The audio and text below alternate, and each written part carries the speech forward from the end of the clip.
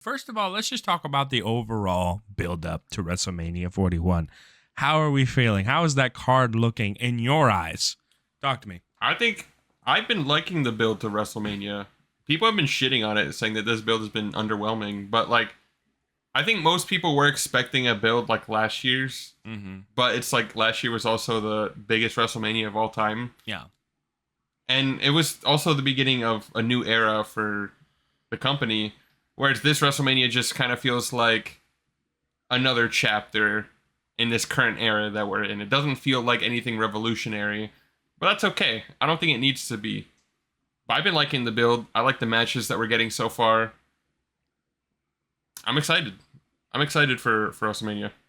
I hear you. I appreciate that. Well, first of all, I just want to add that this is definitely not an underwhelming build at all. The fact that people just compare it to WrestleMania 40 is like, let me bring something up to you guys, okay?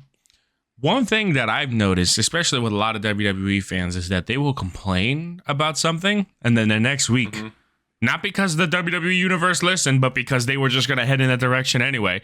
The problem is fixed. You know what I mean? Because they just haven't waited. For example, John Cena's cutting a lot of promos to the crowd.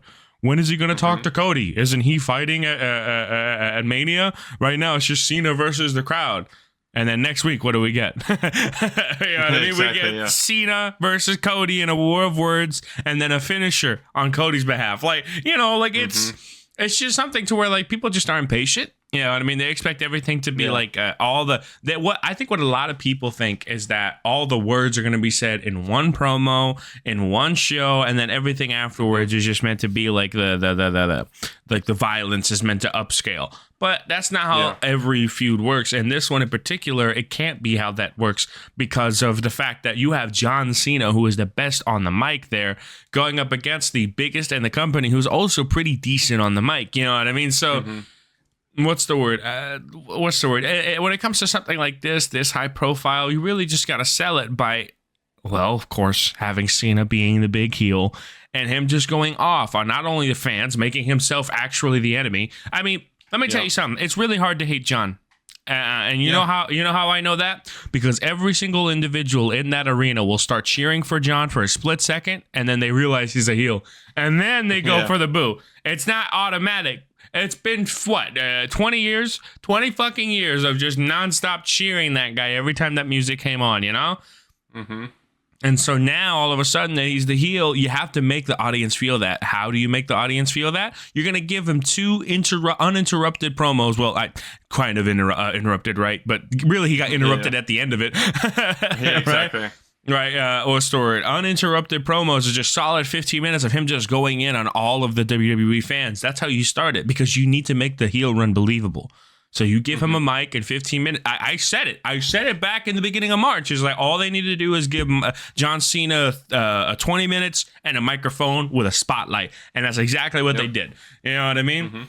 So what's the word? It's a solid build-up so far for the main event. When it comes to the other events, like we're talking about, what's the word?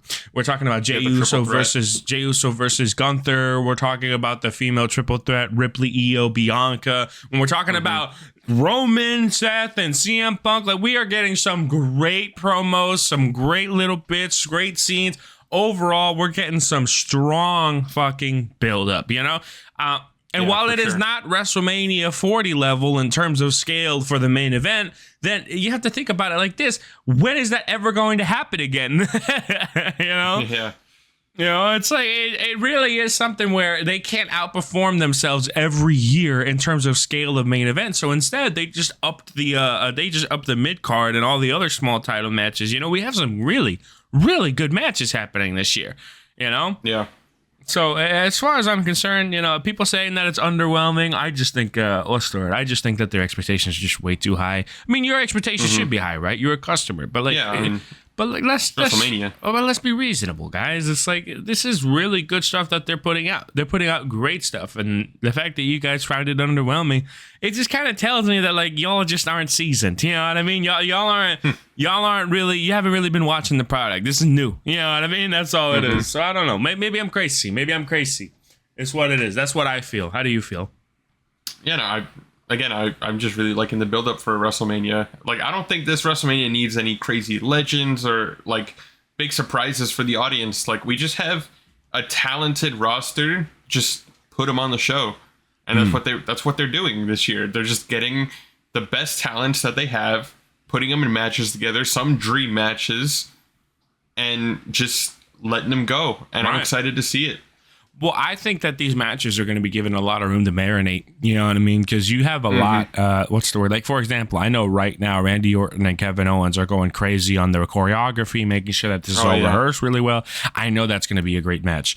You know, I know that Gunther is like real. I know that Gunther and Jey Uso are like hammering away at that match, making sure that that one's going to be a good crowd pleaser. Like, I noticed that with the change of regime, that everything has been a lot more well rehearsed, a lot more well planned, a lot more well paced, and that's because it seems like they're giving a whole lot more time to prepare, unlike under the Vince McMahon era where everything was really last second. You know what I mean? So I mean, that still happens in WWE every now and again. That's bound to happen when you have countless live shows, you know, but for something like this, something this big, you really want to have a lot of it scouted already, you know. And so well, I really do feel that like things go to according to plan when we're watching these big PLEs, and with last year's WrestleMania, I felt that way as well. It's like this feels very well rehearsed. The matches here are really solid, except the Usos, but you know, it's still overall really good shit. You know, what's the great word? Storylines, great talent, right? Everything's just falling into place for WrestleMania so far. I'm excited. I said it once, I said it a million times. WWE is in the best place it's ever been. You know what I mean? And that's not even close to debatable. You know, it's just what it is.